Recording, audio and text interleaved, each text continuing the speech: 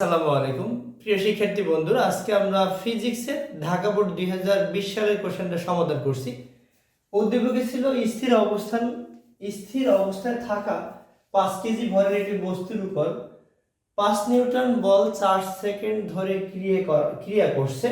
তারপর 4 সেকেন্ড পরে আবারও 10 নিউটন বল 4 সেকেন্ড ধরে ক্রিয়া করছে বা কাজ করছে। প্রথম কোশ্চেন, বস্তুটির প্রথম 8 সেকেন্ডে, অর্থাৎ এখানে 4 সেকেন্ড আর যে পরবর্তীতে যে বল প্রয়োগ করা হয়নি 4 সেকেন্ড, ওই 4 সেকেন্ডে মোট কত দূরত্ব অতিক্রম করে আমরা সেটা বের করব। তো প্রথমেই বস্তুটা কিন্তু স্থির অবস্থানে আছে। স্থির অবস্থান থাকলে ইউ ইজ ইকুয়াল টু কি 0 মিটার পার সেকেন্ড। বস্তুটার ভর দেয়া আছে, এম ইকুয়াল দেয়া আছে 5 কেজি এবং বস্তুটির উপর ফোর্স বল প্রয়োগ করা হয়েছে 5 নিউটন। তো আমরা প্রথমে যেটা করতে পারবো, বলের ফলে যে ত্বরণ সৃষ্টি হয় সেটা বের করতে পারবো। আমরা সমাধান করছি গ number, F equal M A, তাহলে এ ইকুয়াল হবে এফ ভাগ এম। এফ ইকুয়াল হলো 5, এম হলো 5, তার মানে এটা হয় 1 metre per second square, 1 metre per second square.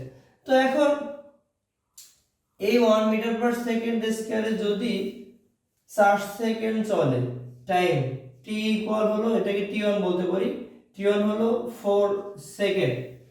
আচ্ছা, তো তারপরে আমরা করতে পারি কতটুকু 4 সেকেন্ডে যাবে আর কি। 4 সেকেন্ড এ অতিক্রান্ত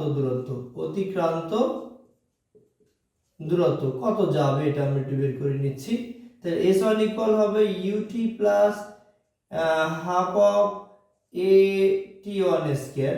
তো স্থির অবস্থান থেকে যাত্রা শুরু করলে 0 ইনটু t এর মান 4 হলো 0ই হবে, হাফ ইনটু এর মান 1 ইনটু t এর মান হলো 4 এর বর্গ, তার মানে 16 কে যদি আমরা 2 দিয়ে ভাগ করি তাহলে 8 হবে, 8 মিটার। তো বলের ফলে বস্তুটি 8 মিটার দূরত্ব অতিক্রম করে।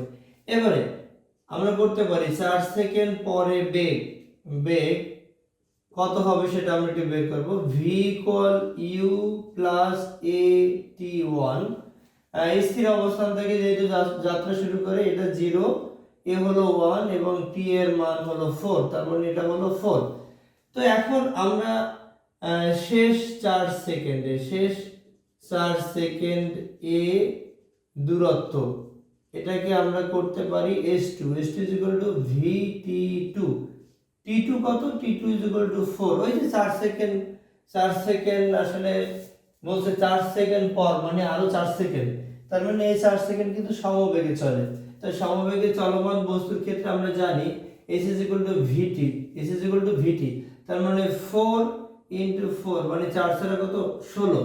তাহলে 8 সেকেন্ড এ অতিক্রান্ত দূরত্ব কত হবে?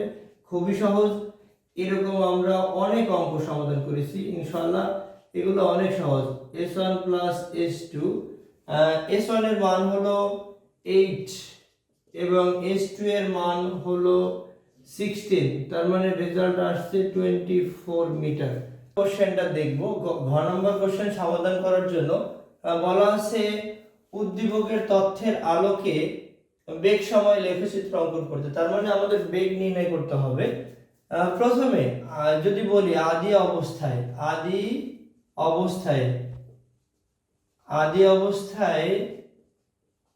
যখন সময় 0, যে স্থির অবস্থান থেকে যাত্রা শুরু করে, যখন সময় 0 মানে সময় 0, তখন বেগও 0 হবে, তখন বেগ 0। আচ্ছা, তার মানে স্থির অবস্থানে যাত্রা যখন শুরুই করে নেয় তখন বেগ 0, সময়ও 0 হবে। এবারে 4 সেকেন্ড পরে আমরা দেখলাম যে 4 সেকেন্ড পরে বেগ হলো 4 মিটার পার সেকেন্ড। 4 সেকেন্ড পরে বেগ অর্থাৎ আমরা বলতে পারি এখানে জাস্ট t1 সমান 4 সেকেন্ড, তাহলে v1 সমান হলো 4 মিটার পার সেকেন্ড, এটা নিয়ে নিলাম। আর এখানে আমরা t ইকুয়াল একদম বিগিনিং এ শুরুতে t0 is equal to v0, দুটাই 0, আসলে যখন টি এবং ভি নট স্থির অবস্থান থেকে আদি বেগ এবং শেষ বেগ পুরোটাই 0, এটা নিয়ে নিলাম।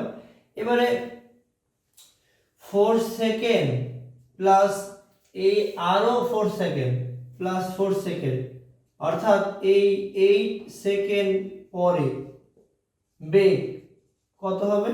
অর্থাৎ যেহেতু সমবেগে চলে, 8 সেকেন্ড পরে বেগ হবে 0, অর্থাৎ v2 ইকুয়াল 0, কারণ সমবেগে চলমান বস্তুর 8 সেকেন্ড পরে, আসলে 8 সেকেন্ড পরে 4 সেকেন্ড প্লাস পরবর্তী 4 সেকেন্ড সমান 8 সেকেন্ড পরে বেগ হবে v2 4 মিটার পার সেকেন্ড। কেন? অর্থাৎ সমবেগে চলে, সমবেগে চলে, বলতে পারি 4 মিটার পার সেকেন্ড সমবেগে চলে। তাহলে এই যে 4 সেকেন্ড অর্জন করছে, বেগ কিন্তু আর কমেনি, গেল। তার মানে আমাদের এখানে এটা আমরা বলতে পারি t2 ইকুয়াল হবে 4s প্লাস 4s মানে 8s। আসলে t2 8s, 8s ইকুয়াল আমাদের বেগ হবে 4 মিটার পার সেকেন্ড। এবারে শেষ পার্ট, অর্থাৎ পরবর্তী আরো 4 সেকেন্ড মানে 12 সেকেন্ড পরে আমরা হিসাবটা করব। তার মানে এখানে f ইকুয়াল আমরা বলতে পারি, এখানে f এর মান হলো 10 নিউটন, f ইকুয়াল ma, তাহলে a ইকুয়াল টু কত হবে? a ইকুয়াল আমাদের হবে f ভাগ m। f এর মান হলো 10 এবং m এর মান হলো 5, তার মানে 2 metre per second square. 12 second পরে বেগ কত হবে? বেগ হবে v3 u2 প্লাস at, এটা আমরা কত বেগ t3 বলবো, t3। এইবারেও কিন্তু t3 পরবর্তী 4 সেকেন্ড। কেন 4 সেকেন্ড? অর্থাৎ আমাদের কিন্তু ওই 4 সেকেন্ড পরে আবার 4 সেকেন্ড বল প্রয়োগ করছে, তার মানে আদি বেগ আবার নতুন করে যাত্রা শুরু করলে u এর মান হবে 4, এর মান 2 ইনটু t3 এর মান 4, তার মানে 4 প্লাস 8 মানে হলো 12 মিটার পার সেকেন্ড। তাহলে এখন আমরা যদি এটাকে একটা তথ্য চার্ট করে দেখাই, বেগ বনাম সময়ের তথ্য চার্ট, কয়টা পেলাম? এটা ভি, এটা টি, এই আমরা কয়টা পেলাম? একটা, দুইটা, তিনটা, চারটা পেলাম, 1 2 3 এই 4।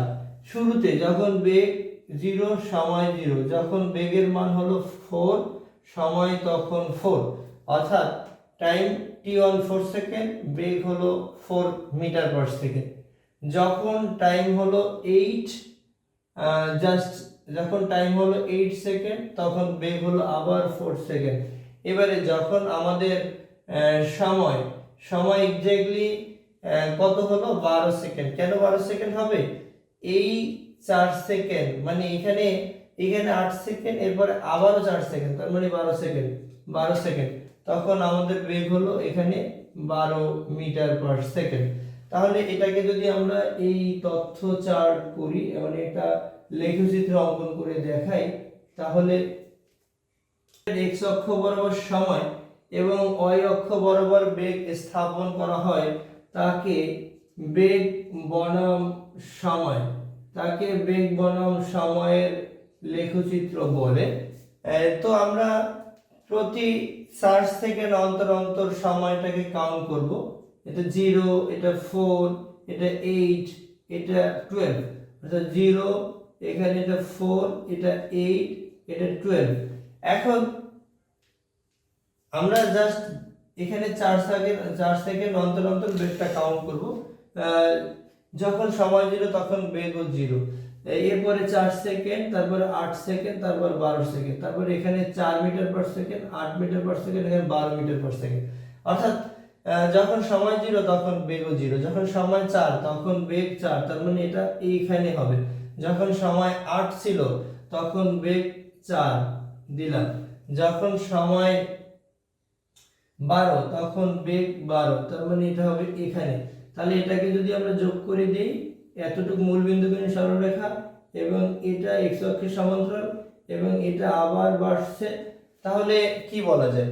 তো লেখচিত্র থেকে দেখা যায়, আমরা যদি এটাকে একটু নাম্বারিং করি, a b, এটা c, লেখচিত্র হতে দেখা যায় বস্তুটি ও বিন্দু হতে জাস্ট প্রথম 4 সেকেন্ডে বি বিন্দুতে 4 মিটার/সেকেন্ড বেগ প্রাপ্ত হয় এবং জাস্ট এ বিন্দু থেকে বি বিন্দু বরাবর এ বি পথে বস্তুটির বেগের কোনো পরিবর্তন হয় না, অর্থাৎ পরবর্তী 4 সেকেন্ডে বস্তুটি 4 মিটার/সেকেন্ড সম বেগে চলে এবং পরবর্তীতে বিসি পথে বস্তুটা বি বিন্দু থেকে সি বিন্দুতে আবার নতুন করে 12 মিটার মানে পরবর্তী 4 সেকেন্ডে বস্তুটি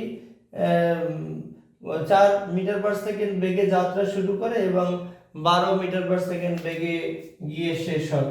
এইরকম আসলে গ্রাফ চার্ট বা লেখচিত্র বা তথ্য চার্ট এরকম বেগ বনাম সময় লেখচিত্র গতি হতে আমরা অনেক করেছি।